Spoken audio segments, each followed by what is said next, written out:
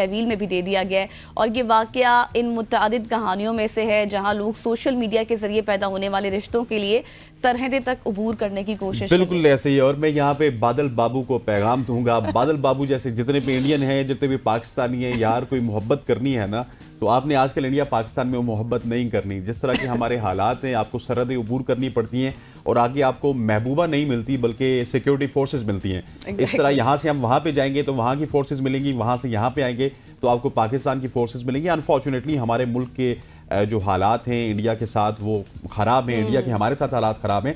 سو آپ نے جو بھی محبت کرنی ہے نا اس میں سب سے پہلے دیکھنا ہے کہ سرحد کون سی ہے. اگر وہ سرحد کے پار ہے تو آپ نے بالکل نہیں کرنی، اور ایسا کرنے سے آپ کو پھر سلاخوں کے پیچھے جانا پڑے گا. اور بادل بابو جس محبت کو پانے کے لیے آئے تھے، اب میرا خیال ہے کہ ان کی طرف جب انڈین اب کوشش کریں گے ان کی رہائی کے حوالے سے، so that is very very unfortunate for بادل بابو. اچھا جی، آپ نے بادل بابو کی بات کی تو میں تھوڑا سا آگے بڑھتا ہوں. آگے بڑھتے ہوئے پاکستان میں 2 اداکارہ ہیں بڑی مشہور تھی جی، ماورا اور عروہ. جی ہاں، دونوں ماروہ حسین اور عروہ حسین. اور انہوں نے جو انسٹاگرام پہ اور فیس بک پہ لکھا ہوا حکین لکھا ہوا، جس کے اوپر بھی کافی زیادہ تنقید ہوتی ہے.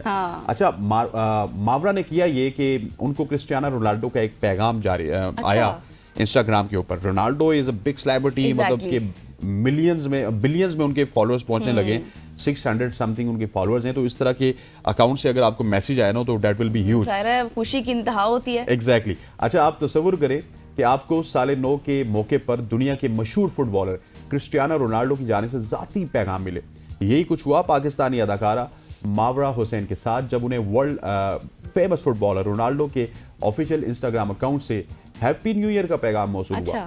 ماورا حسین نے یہ پیغام اپنی انسٹاگرام سٹوری پہ شیئر کیا اور جذباتی انداز میں لکھا کہ یہ سال بن گیا. ساتھ ہی ایک سفید دل اور روتے ہوئے چہرے کا ایموجی بھی شامل کیا. تاہم جب ہم نے تحقیق کی، دنیا نے تحقیق کی، تو اس کے بعد یہ معلوم ہوا کہ یہ پیغام رونالڈو نے نہیں بھیجا تھا. یہ پیغام رونالڈو کے براڈ کاسٹ چینل کا ایک حصہ تھا جو ایک انسٹاگرام فیچر ہے اور تمام فالوورز کو عمومی اپڈیٹس کے لیے استعمال کیا جاتا ہے اور سب کو بھیجا جاتا ہے. تو ماورا نے سمجھا ان کو بھیجا ہے، چلیں کوئی تعلق شلوک بن جائے گا ان کا کرسٹیانو رونالڈو کے ساتھ. ماورا نے تو ویسے اپنی طرف سے ایک سٹوری شیئر کی تھی، لیکن لوگوں کو دیکھے کہ انتہا ہے کہ اس کے اوپر ریسرچ شروع کر دی کہ ایسے کیسے پاسبل ہے. دیکھیں میری بات سنیے، کرسٹیانو رونالڈو از ہیئر اور ماورا ان کے مقابلے میں یہاں پہ ہیں. سو وہ بلین فالوورز سے پہنچنے لگے. ٹھیک ہے، تو ہمارے یہاں تو اس طرح کی نہیں. سرچ کریں کیا واقعی سچائی ہے اس میں، اندر کیا ہے، اندر کی خبر لوگ تحقیق کرتے ہیں نا کہ کیا ماورا اور کرسٹیانو رونالڈو کہاں پہ ملے تھے. لیکن اندر کی تحقیق جب ہوئی، اندر کی بات ماننے کی کوشش کی گئی، جاننے کی، تو پتہ چلا کہ ماورا کے ساتھ پرینک ہو گیا. پرینک ایسا ہی ہے جی. تو خیر چلیں، کوئی بات نہیں، تھوڑی سی خوشی تھی ان کے لیے، انہوں نے اس کا اظہار کر دیا. لیکن پاکستانیوں نے اس خوشی کو بھی جو ہے وہ ان کے لیے اور مزید دوبالا نہیں کیا، بلکہ ہاں ایگزیکٹلی. آگے بڑھتے ہیں، آگے بڑھ کے آپ کو بتائیں کہ پاکستانی پائلٹوں کی برآمد عالمی فضائی انڈسٹری میں اہم پیش رفت ہے. ایگزیکٹلی، کیونکہ میں آپ کو جو خبر بتانے لگی ہوں، ہم بیچ رہے ہیں اپنے ایئرپورٹس بیچ رہے ہیں تو یہی ہوگا. ہاں، Pakistani civil aviation authority CAA کے ڈائریکٹر جنرل نے اعلان کیا ہے کہ پاکستانی پائلٹس کو اب بین الاقوامی فضائی کمپنیوں کو فراہم کیا جائے گا.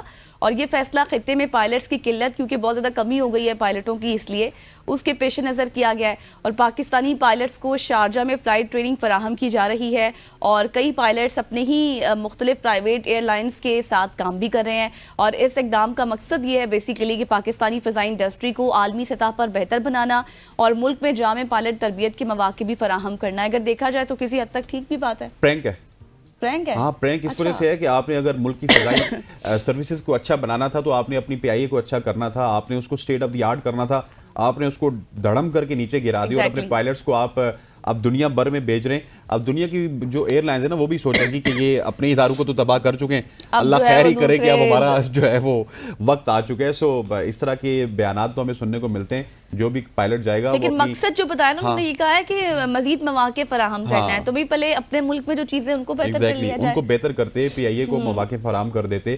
جو ادارہ جس سے بڑے بڑے دوسرے ادارے بلڈ کیے ہیں، ایمریٹس جیسے، اتحاد جیسے، اس کو بہتر کر لیتے تو زیادہ بہتر تھا. آگے بڑھتے ہوئے اب جہازوں کی بات ہو رہی ہے، تو جہاز جب بھی اڑان بھرتا ہے ہمارا دل یہ کرتا ہے کہ ہمیں مکہ مکرمہ اور مدینہ منورہ لے جائے.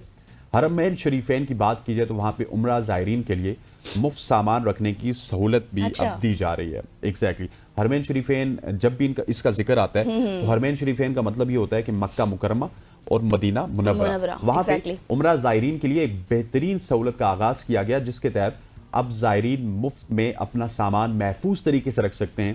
اور اس اقدام کا مقصد زائرین کو ان کی روحانی عبادت میں مکمل یکسوئی فراہم کرنا ہے تاکہ وہ اپنے سامان کی فکر کیے بغیر مناسک عمرہ ادا کر سکیں. اس سہولت سے نہ صرف زائرین کو سکون اور آرام میسر ہوگا بلکہ یہ حکومت کی جانب سے عمرہ کو توجہ دینے سے بہتر بنانے کے لیے ایک کامیاب کوشش ہے, اور ایسے اقدامات سے زائرین کو زیادہ آسانی اور سہولت ملے گی اور وہ اپنی عبادات میں مکمل طور پر مشغول ہو سکتے ہیں. چلیں جی, یہ بہت اچھی بات ہے کہ اب جو ہے وہ مکمل فوکس اپنی عبادات پر رہے گا. آگے بڑھتے ہیں اور آگے بھی بہت زبردست سٹوری ہے. دنیا کی بات کریں تو دنیا کی آبادی جو ہے وہ 8.09 ارب کا سنگ میل عبور کر چکی ہے جی, کیونکہ دنیا کی آبادی نے ایک تاریخی سنگ میل عبور کرتے ہوئے 8.09 ارب کی حد تک جو ہے آبادی ہماری پہنچ چکی ہے. اور تیزی سے بڑھتی ہوئی آبادی کے ساتھ دنیا کو وسائل کے دانشمندانہ استعمال کی ضرورت ہے تاکہ آنے والی نسلوں کے لیے ایک متوازن اور پائیدار مستقبل یقینی بنایا جا سکے. دنیا کی اتنی آبادی ماحولیاتی تبدیلیوں, خوراک کی قلت اور دیگر عالمی مسائل کے حل کی طرف توجہ مبذول کرانے کے لیے سب سے اہم ہے. دنیا کو مل کر ایسے اقدامات کرنے ہوں گے جو وسائل کے مؤثر استعمال کو یقینی بنائیں, کیونکہ آپ کو پتہ ہے کہ جیسے جیسے آبادی بڑھتی ہے, پاپولیشن انکریز ہوتی ہے, تو وسائل جو ہے اس طرح سے کم پڑ جاتے ہیں. تو ساتھ ساتھ ہر چیز کو لے کر چلنا چاہیے. بالکل ایسے وسائل بھی کم ہو جاتے ہیں, جتنی آبادی بڑھتی ہے دنیا پہ بوجھ بھی بڑھ رہا ہے. سو یہ کلائمیٹ چینج بھی ہو رہا ہے, ساری چیزیں اسی کی وجہ سے ہو رہی ہیں. آگے بڑھتے ہوئے آپ کو ایک انٹرسٹنگ سٹوری شیئر کرتا ہوں. آپ نے دنیا کی بات کی تو میں آپ کو لیے چلتا ہوں ناروے میں. ٹھیک ہے, جب میں دنیا کی بات کرتی ہوں نا تو آپ مجھے کہیں نہ کہیں لے جاتا ہوں. ناروے کے ایک قصبے کی بات کی جائے جس کو راجوکان کہتے ہیں, وہاں پہ سورج کی روشنی کے مسئلے کو حل کرنے کا ایک انوکھا انداز سامنے آیا. ناروے کے اس چھوٹے سے قصبے راجوکان میں سورج کی روشنی کے مسئلے کو ایک انوکھے اور تخلیق انداز میں حل کیا گیا. پہاڑوں کے درمیان ہونے کی وجہ سے یہ قصبہ سورج کی روشنی سے محروم تھا. 2013 میں پہاڑی کی چوٹی پر 51 مربع میٹر کے 3 آئینے نصب کیے گئے.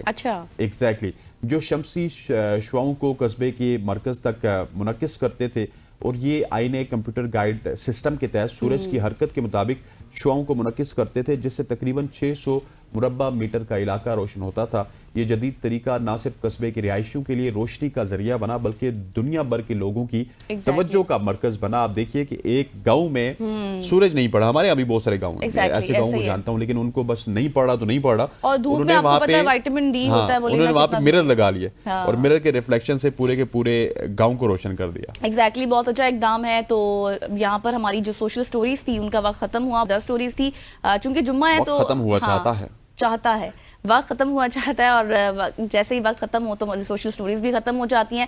بریک لیتے ہیں اور بریک کے بعد پھر ہم دوسرے سیگمنٹ پر جائیں گے جو بہت زبردست سیگمنٹ ہے. اسٹے ود اس.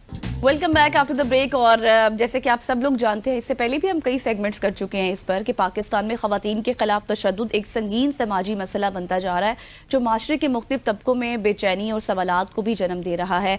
لیکن اگر ہم بات کریں سال 2024 کے حوالے سے, تو پاکستان میں 2024 میں صنفی بنیاد پر تشدد کے 4112 کیسز رپورٹ ہوئے. 2024 جنوری سے نومبر تک پاکستان بھر میں 4112 کیسز رپورٹ ہونے کا انکشاف کیا گیا. ان کیسز میں قتل, ریپ, خودکشی, اغوا, غیرت کے نام پر قتل اور تشدد جیسے واقعات شامل ہیں.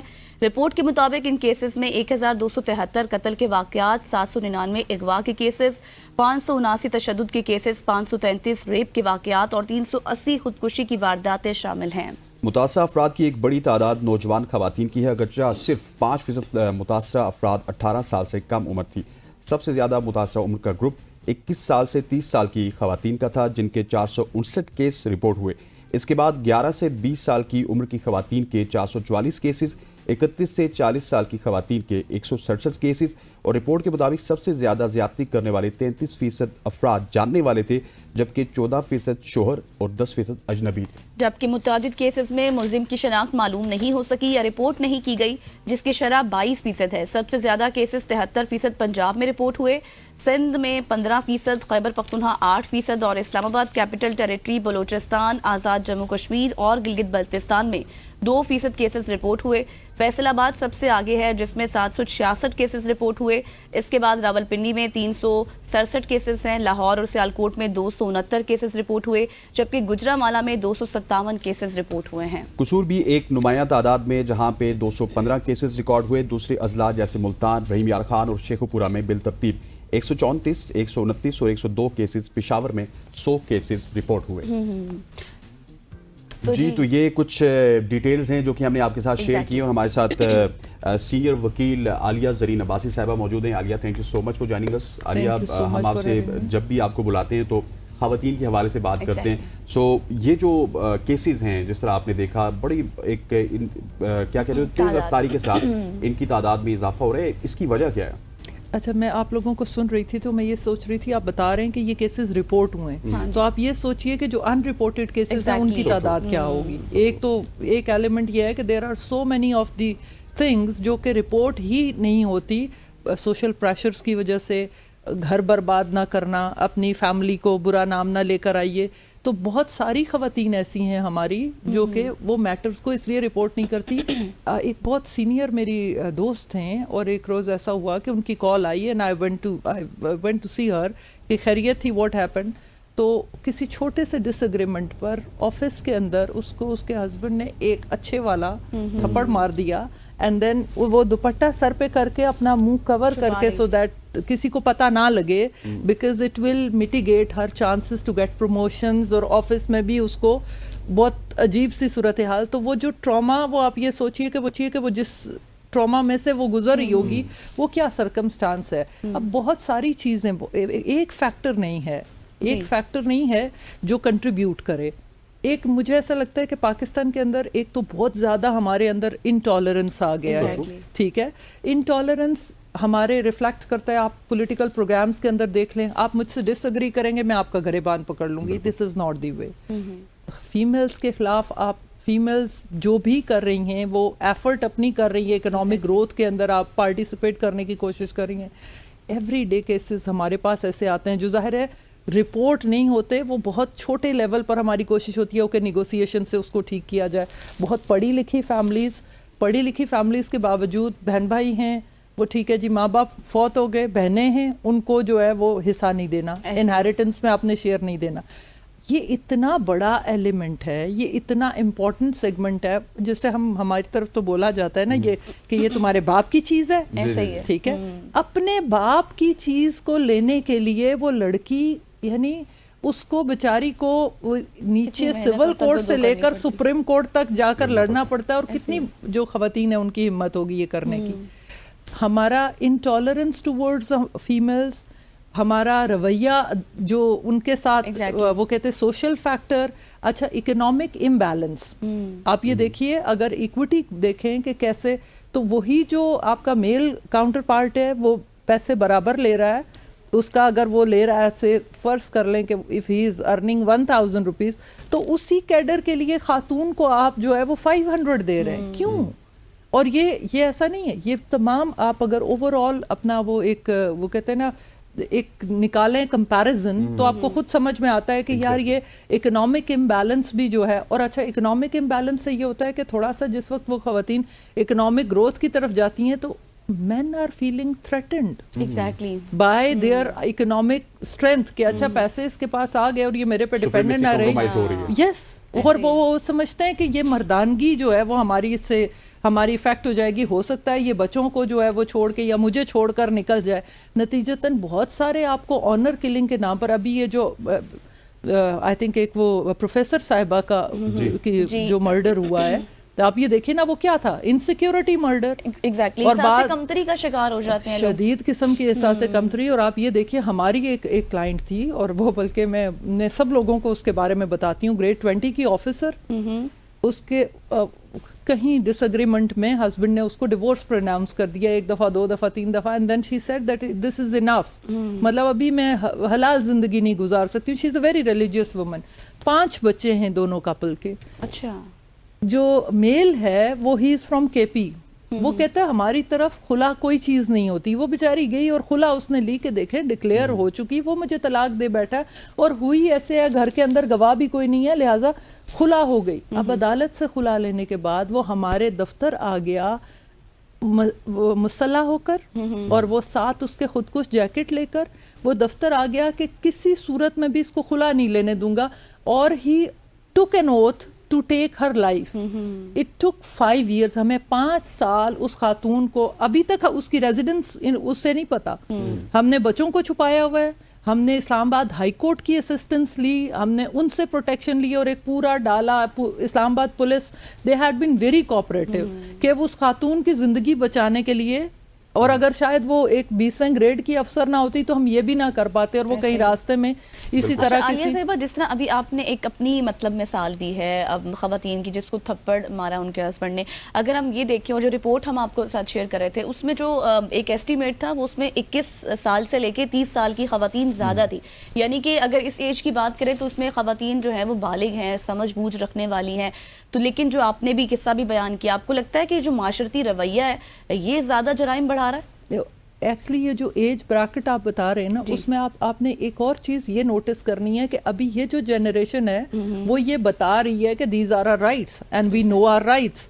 ہمارے سے ایز کمپیئر ٹو بہتر ان کو پتا ہے کہ یہ ڈوز ہیں اور یہ ڈونٹس ہیں. ہمارے ٹائم پر اور زیادہ سپریشن تھا, لائک آپ کو بتا دیا جاتا تھا کہ یہ نہیں کرنا اور نہیں کرنا بیکاز آپ کو بتا دیا ہے, ٹھیک ہے. بٹ ابھی جو یہ والا وہ ہے نا, اس میں they are trying to fight it back, and when they are fighting back تو ان کو اٹھا کر تو آپ باہر پھینک رہے ہیں کہ مار دو, قتل کر دو, اس کو کسی طریقے سے فائنینشلی اتنا ختم کر دو کہ یہ چپ کر کے گھر بیٹھ جائے. وہ ٹیوشن پڑھانے کے لیے مجھے ایک ابھی کچھ دن پہلے, بلکہ میں پنجاب اومبڈسمن کے ساتھ بھی بات کری تھی اس کے اوپر, کہ انہوں نے ایک خاتون نے رپورٹ کیا کہ I had a small place at my home جہاں پر میں بچوں کو ٹیوشن پڑھا رہی تھی, اور میرے بھائیوں نے ان کے سامنے آ کے مجھے مار کے صرف اس لیے کہ وہ ٹیوشن چھوڑ کے چلے جائے, اور بچے چھوڑ کے چلے گئے. تو اب اکنامکلی میں ٹوٹل ڈیپینڈنٹ ہوں, میں یا ان کے کھانے پکاؤں, ٹھیک ہے, اور یا پھر میں چپ کر کے بیٹھ جاؤں. And that's what is leading to suicides, that's what is leading to suicides for women, کہ وہ کیا کریں, آپ ان کو کسی بھی سائڈ سے جینے نہیں دے رہے. معاشرتی رویہ عالیہ, مجھے آخر میں صرف یہ بتائیے گا کہ اب میرے حساب سے, میں پچھلے دنوں رپورٹ پڑھا تھا 52 سے 53% خواتین کی تعداد ہے پاکستان میں, 47 مرد ہو چکے ہیں یا 48% ہو چکے ہیں. اب اتنی بڑی تعداد کے اوپر آپ ظلم کریں گے, میرا خیال ہے کہ ظلم کے بجائے ہمیں ان کو سسٹم بنانا چاہیے تاکہ ملک چلے.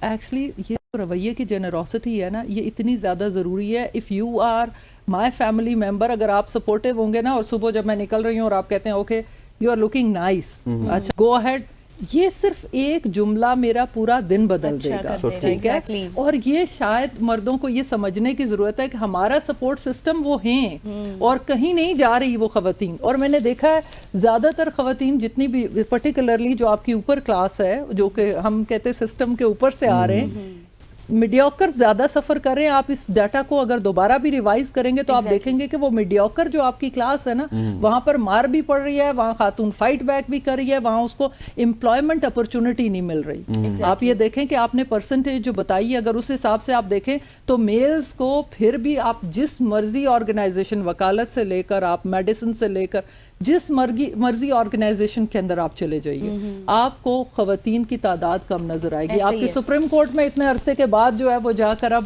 خواتین 2 جو ہے وہ مشکل سے آئی ہیں, اور بڑی مشکل سے آئی ہیں. اور آپ ہائی کورٹ میں اگر وہ ریشو دیکھیں تو اس سے بھی کم ہے, اور نیچے شاید آہستہ آہستہ یعنی اتنی ریپرزنٹیشن کم ہے.